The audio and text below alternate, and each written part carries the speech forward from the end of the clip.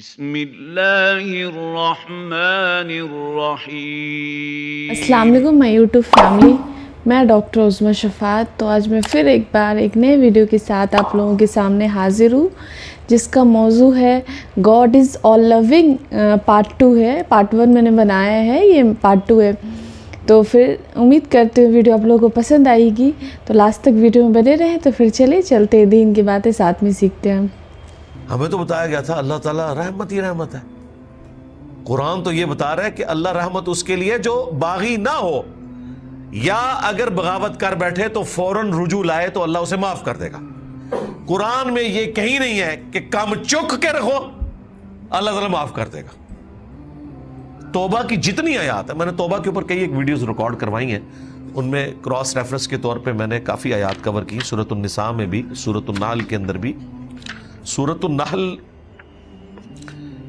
کے اینڈ پہ جا کے یہ آیت آتی ہے جس میں اللہ تعالیٰ نے کنسیپٹ کلیئر کر دیا ہے، پارہ نمبر 14 کے اینڈ پہ جا کے۔ آیت نمبر ہے 119۔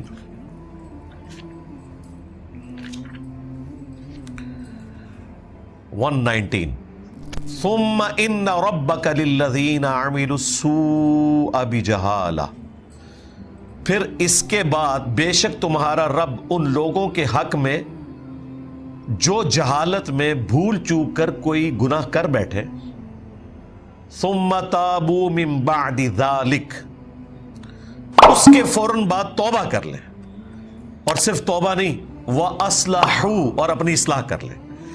پاکستان، انڈیا، بنگلہ دیش میں توبہ یہ ہے کہ ٹھیک ہے توبہ کرو پھر کام چک کے رکھو، اصلاح کی ضرورت ہی نہیں، توبہ کی تسبیح پھیر لو 100 دفعہ۔ اللہ تعالیٰ ہمارا ہے کہ توبہ کر لیں، اس کے بعد اپنی اصلاح کریں۔ ان ربک، بے شک تیرا رب، من بعدہا لغفور الرحیم، یہ سب کچھ کرنے کے بعد اس شخص کے حق میں غفور الرحیم ہے کہ جو جہالت میں کبھی گناہ کر بیٹھے فوراً توبہ کرے اور اپنی اصلاح کر لے۔ دنیا میں بھی ایسا ہی ہوتا ہے۔ مجھے بتائیں، جس کا ٹریفک سگنل کے اوپر اوور سپیڈنگ کے اوپر 1500 یا 2000 روپے کا جرمانہ ہو جائے تو کیا اس کے بعد پھر وہ سپیڈ لگاتا ہے؟ نہیں، وہ توبہ تو کرتا ہے، جرمانہ بھی دیتا ہے اور اپنی اصلاح بھی کرتا ہے، کیونکہ اسے پتہ چل جاتا ہے کہ بھائی یہ تو مجھے اور دینے پڑ جائیں گے۔ جس شخص کا ایک دفعہ گرم استری سے ہاتھ جل جائے نا، وہ ٹھنڈی استری کو بھی ڈائریکٹ ہاتھ نہیں لگاتا جب تک انشور نہ کر لے۔ یہ ہے اصلاح کرنا۔ تو یہاں پہ ہمیں خدا کا تعارف یہ کروایا گیا کہ بس ٹھیک ہے، اس نے اینڈ پہ سب کو چھوڑ دینا، یہ تو ہمیں شغل میلہ لگایا ہے، دیکھو جی اللہ نو ساڑیاں نماز آنی چاہیے دیا۔ یار مجھے بتاؤ، قرآن نے کب کہا ہے کہ اللہ کو آپ کی نمازیں چاہیے؟ تو یہ خام خواہ سے خود سے مقدمہ اللہ کے اوپر آپ نے ڈال دیا۔ اللہ تو کہہ رہا ہے تمہیں تمہارے لیے نمازیں چاہیے، اللہ کو تو کوئی حاجت نہیں نمازوں کی، لیکن اس کا یہ مطلب نہیں کہ تم نے بغاوت کی زندگی گزارنی ہے۔ تمہارے لیے تو چاہیے نا، تمہیں اپنے لیے تو چاہیے۔ اللہ کو تو فرق نہیں پڑتا، لیکن تمہیں فرق پڑ جائے گا، تیرا بیڑا ڈوب گیا اگر تو نے وقت کے پیغمبر کو رسپانس نہ کیا۔ تو اللہ تعالیٰ اپنا تعارف بالکل کلیئر کٹ بتا رہا ہے، بیلنس کر کے۔ میں بخشنے والا مہربان ہوں، لیکن میرا عذاب بھی بہت دردناک ہے۔ مہربان ہوں ان لوگوں کے لیے جو وقت کے پیغمبر کی دعوت کو قبول کریں، غلطی ہو جائے رجوع لائیں، استغفار کریں، اصلاح کر لیں، لیکن جو بغاوت کے اوپر اترے ہوئے ان کے لیے پھر میرا عذاب بھی دردناک ہے، اس پہ زیرو ٹالرنس ہے۔ صحیح بخاری میں حدیث ہے، نبی علیہ السلام ایک چوراہے سے گزرے، کچھ اصحاب آپس میں مزاح کر رہے تھے اور ہنس رہے تھے، آپ کھڑے ہو گئے، آپ نے ان کی طرف دیکھ کے فرمایا جو کچھ میں جانتا ہوں نا، اگر تم جانتے ہوتے بہت کم ہنسا کرتے، زیادہ رویا کرتے۔ نبی علیہ السلام کو تو پتا تھا کہ آندہ کیا ہونے والا ہے انسان کے ساتھ اگر اسے آخرت کی فکر ہے۔ اگر اسے آخرت کی کوئی فکر نہیں، ٹھیک ہے، پھر عقل نہ ہوئے تھے موجہ ہی موجہ، عقل ہوئے تھے سوچے ہی سوچا۔ جسے پتہ ہے نا اس کے ساتھ کیا ہونے والا ہے، تو وہ پھر اس طرح جانور والی زندگی بغاوت کے اوپر مبنی نہیں گزار سکتا۔ مجھے بتائیں دنیا میں کسی کسان کو لاکھ کوئی ایک تسلی دے کہ بھائی اللہ کی رحمت بہت بڑی ہے، تمہیں نہ تو ہل چلانے کی ضرورت ہے زمین میں، نہ کوئی دانہ ڈالنے کی ضرورت ہے، نہ کھاد ڈالنے کی ضرورت ہے، اللہ روزی دینے والا ہے، اپنی زمین کو اللہ کے آسرے پہ چھوڑ دو، خود بخود بارش ہوگی، اس میں سے گندم نکلے گی، گندم پھر پک جائے گی تو پھر اسے کاٹ لینا، تمہارے سال کے دانے پورے ہو جائیں گے۔ اگر کوئی کعبے کی چھت کے اوپر کھڑا ہو کے بھی امام کعبہ بھی کسی کسان کو یہ سمجھائے، وہ کہے گا جناب امام کعبہ صاحب جاؤ اپنا کام کرو، کوئی گل کرنے لی کرو۔ اچھا دنیا میں ہم کتنے سمجھدار ہیں؟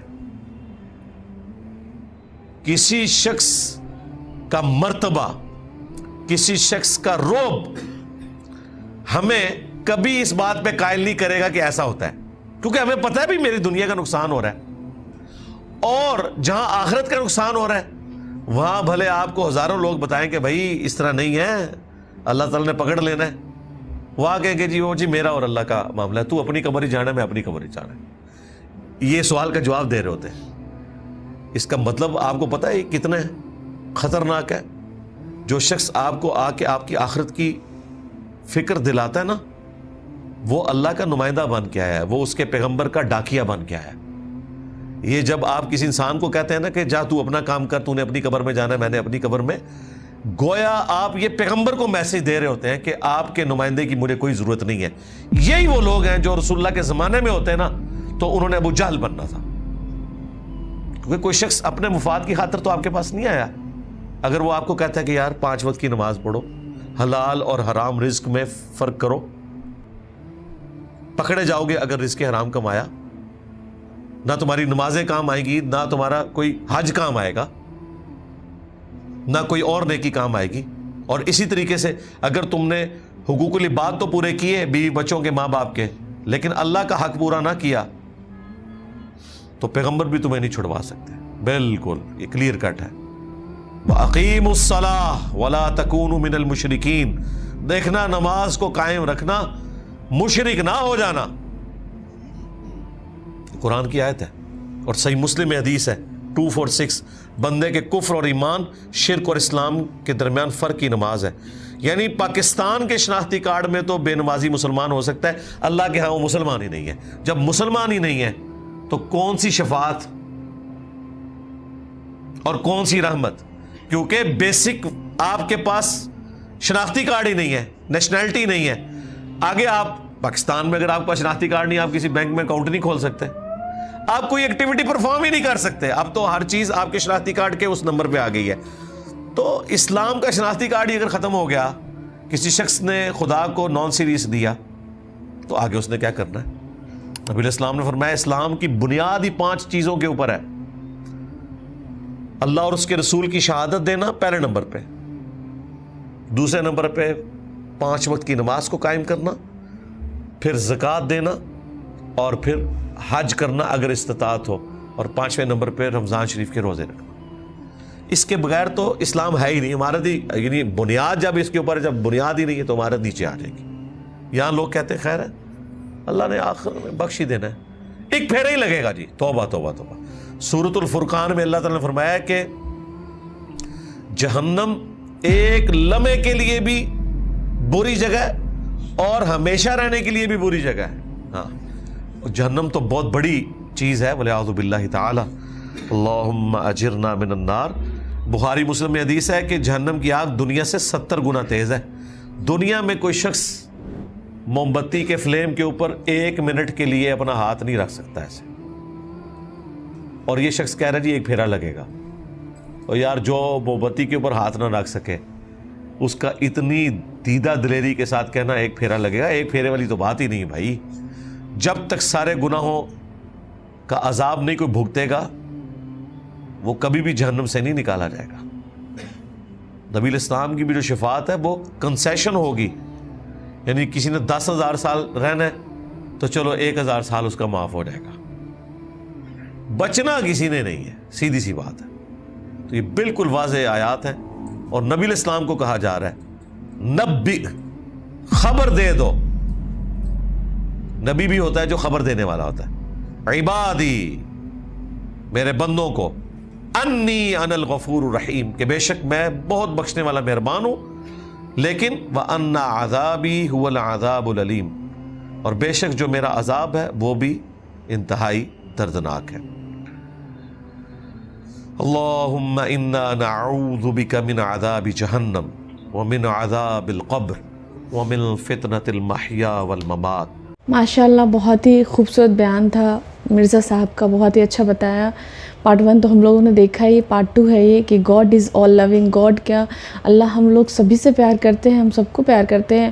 بہت سارے لوگوں کو ماننا ہوتا ہے کہ ہم کچھ بھی کریں، اچھا کریں برا کریں، اگر اللہ کی چیزوں کو نہیں عمل کریں پھر بھی لاسٹ میں تو اللہ تعالیٰ ہم نے جنت بھیج ہی دینا، بس تھوڑا 1-2 پھیرا لگ کے جہنم کا، جہنم تو جانا ہی ہے۔ لیکن ایسا نہیں ہے، جہنم کا بتایا گیا ہے کہ ایک پھیرا، اور وہاں پہ اگر کچھ پل کے لیے رہنا، وہاں پہ ساری عمر کا رہنا ایک ہی برابر ہے۔ اتنی دردناک وہاں پر چیزیں ہوں گی۔ تو ہم لوگوں کو ایسا نہیں سوچنا ہے کہ ہم کچھ بھی کریں، باغی بن کے زندگی کاٹیں، اینڈ میں تو اللہ تعالیٰ نے جنت بھیجنا ہی ہے۔ نہیں، ہم کو شروع سے ہی اللہ نے جو چیز بتایا ہے، جو قرآن میں حرام حلال بتایا ہے، جو ہم پہ فرض ڈالا گیا ہے، ہم پہ نماز 5 وقت کا ڈالا گیا، ہم پہ رمضان کے روزے فرض کیے گئے، ہم پہ صدقہ چیریٹی ہم پہ فرض کیا گیا ہے، ہم پہ حج فرض کیا گیا۔ اگر ہم میں اتنا قوت ہے، اتنا ہم افورڈ کر پائیں تو ہمیں ان سارے چیزوں کو فالو کرنا ہے۔ انشاءاللہ پھر ہم کو آسانی ملے گی۔ انشاءاللہ ہم سبھی کو پھر اگر ایسا کریں، سب چیز کو فالو کریں تو انشاءاللہ ہم سبھی کو جنت ملے گی۔